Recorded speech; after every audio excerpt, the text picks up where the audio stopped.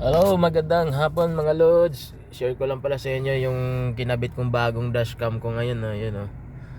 Napakalinaw na dashcam, no? Nabili ko lang to galing dun sa pinsan ng asawa ko sa murang halaga lang. Ayan, napakalinaw. Kita nyo mga lods. Yung ano niya, yung ano ba tong cellphone ko, may ano ata. May reflector lang. Ayan, napakalinaw yung ano niya, yung video kuha ng dashcam. Ito yung front video niya, and then ito yung back video. So dalawang video siya nakashow sa isang screen. Pinagtaka ko lang mga lods, bakit ganito? May ano siya, may bali parang nahati. Ito blank lang siya, or ito na yung mismong ano niya, center mirror ito. Kasi ang center mirror ko is nasa likuran. Dito ko na lang kasi kinabit yung dashcam. Then naka-rubber siya. Yun, naka-rubber. Ito makikita nyo, rubber lang yan. Dalawang rubber yan ito. Yan, rubber lang yan, naka letter C lang yan para lang kakapit yung ano dashcam, kabilaan yan ganun, rubber. So yun ang ano, siyempre wala na akong center mirror kasi napalitan ng dashcam. Ito baka ito na yung mismong center mirror, pero parang hindi kasi malinaw sa akin, parang reflector lang. So hindi ko alam kung pwede pa tong i-full video yung ano, yung video niya, or ganun na ba talaga, kasi nawala kasi yung manual nito. Hindi ko na nakita. Ayun, yun mga lods, yung ano, yung wire niya, para hindi pangit tingnan, tinago ko dito yan gamit yung ano, gamit ng ano, kumuha lang ako ng plastic na para yung fork na galing sa Jollibee, o yun, yung fork na yun na plastic, yun lang ginagamit kong pangsungkit para maidiin siya doon sa ilalim sa ceiling. Yan, dito ko yan pinadaan yung wire, ayan, hanggang dito, hanggang dyan, hanggang dito. Ito tinuklap ko to, tinanggal ko tong siding kasi nakaklip na yan, tinanggal. Dito ko pinadaan yung wire nya, actually dalawa kasing wire to. Yung isang wire yung papuntang charging, and then pangalawang wire is papunta dito sa may likuran. Dito ko pinadaan yung wire na yan, is yun yung papuntang back video camera. So dito yan, dito ko dinaan yung wire hanggang dito yan. Yung dito inipit ko lang sa ano, sa may rubber. Tinuklap ko lang konti yung rubber yan, yung ganyan, no. Ayan. Binaon ko lang diyan yung wire diyan hanggang pinasok ko doon sa dulo, sa pinakalikuran. Doon ko siya pinadaan yung wire, kaya makikita nyo walang wire na nakalabas, unless lang dito sa may ano, itong dalawa, yung USB type, yung USB type niya na naka-connect sa dashcam para gagana siya. And then ito para dito sa may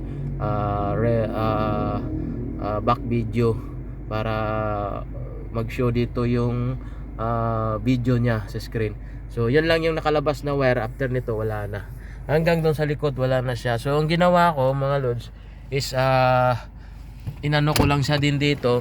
Bale yung buong siding niya, tinuklap ko yung buong siding. Ayan, ito yung dalawang camera ko ngayon. Ayan, oh, ito yung bago, ito yung luma. Ito yung Android unit ko, yung head unit na nakalagay doon sa ano, sa harapan ng sasakyan ko. Tapos ito yung dashcam. Ito yung buong board na to, itong buong board na to, tinanggal ko to binaklas ko to, yung buong board na to. Yan, dito yung ano, dito yung lumabas yung wire.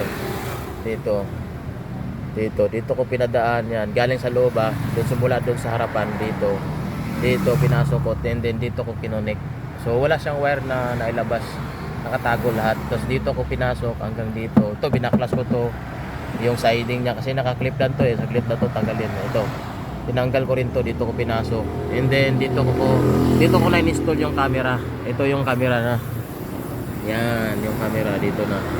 Yan na yung camera niya. Dito ko kumbaga para hindi na ako magbutas ulit. Itong tornilyo na to, screwdriver type, ito yung tinanggal ko to.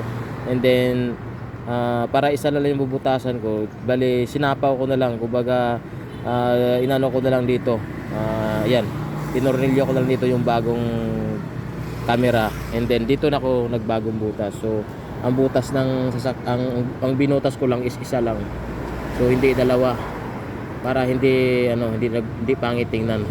So yun ang luma niya, so ginamit ko lang yung kabilang luma niyang tornilyo para maging balance, and then dito ako nagbutas ako ng panibago. So napakalinaw na camera mga lods. Kung gusto nyo pakabit ng bumili ng dashcam, pwede lang kayo magkabit ng kayo lang, kasi yung wire nito na dalawa lang kasi wire nito eh. Yung wire nito dito ko kinabit sa may reverse cam dito, itong reverse cam na to, ay reverse light na to. Yung wire nito dito ko kinunik yung positive at saka yung niya, nga tama, yung positive, para pagka nag reverse cam ka automatic bibidyo na rin dito, gagana yung back video, para siya makikita mo yung likuran mo. Actually yung back video ko is dalawa na, kasi itong Android unit ko meron na tong back video eh. Ayan i-reverse cam ko siya, ayan may back video na siya. So dalawa na siya, plus dito sa may sa may dashcam, so dalawa na siya. So okay lang din dalawa, kasi itong kasi sa may dashcam is naka-package na kasi yun, kasama na rin yung back video niya. So sayang naman kung di mo ikabit, so kinabit ko na rin. At saka minsan kasi ang ginawa ko, kung makikita nyo mga lodge, tinabingi ko yung video, yung isa pinapasyadong pababa ko para makita ko yung pinakamailalim ng, pag nag-reverse ako makikita ko yung ilalim, para kung may mga maliliit o may mga poste na maliliit, makikita ko ito nakataas konti. So nagagamit ko pa rin, kasi ngayon kasi medyo laging may gas yung nakaka-distract naman itong mga dumaan na to. Yung video ay yung kasi yung bumper ko sa likuran laging nagasgasan, kaya binilhan ko na rin ng camera. So yung may balak pa akong magpapakabit ng sensor. Yung sensor mas maganda rin yon, kasi pag malapit ka na sa kung malapit na ma-hit mo na yung limbawa yung poste o yung pader, is tutunog siya ng 00, kaya safe na safe yon. Pero itong okay na rin itong camera. Ang camera kasi walang sensor. So yung sensor pwede mo orderin sa Lazada, sa Shopee, mas mura lang din. So pwede na rin kayo magkabit. Basta ang importante itago nyo lang wire, tapos ang pag-connect nyan, kung halimbawa sensor, so doon nyo pa rin ilalagay yung positive sa may reverse cam, reverse light. Pag mag-reverse kayo, yung umiilaw na kulay puti, doon nyo i-tap yung wire para doon siya gagana pag nag-reverse ka. So ayun lang mga lods, kung nagustuhan niyo yung video natin, so kung hangga't maaari paki-follow na lang sa ating Facebook, sa ating Facebook channel, and then sa YouTube paki-subscribe na lang. Maraming salamat mga lods.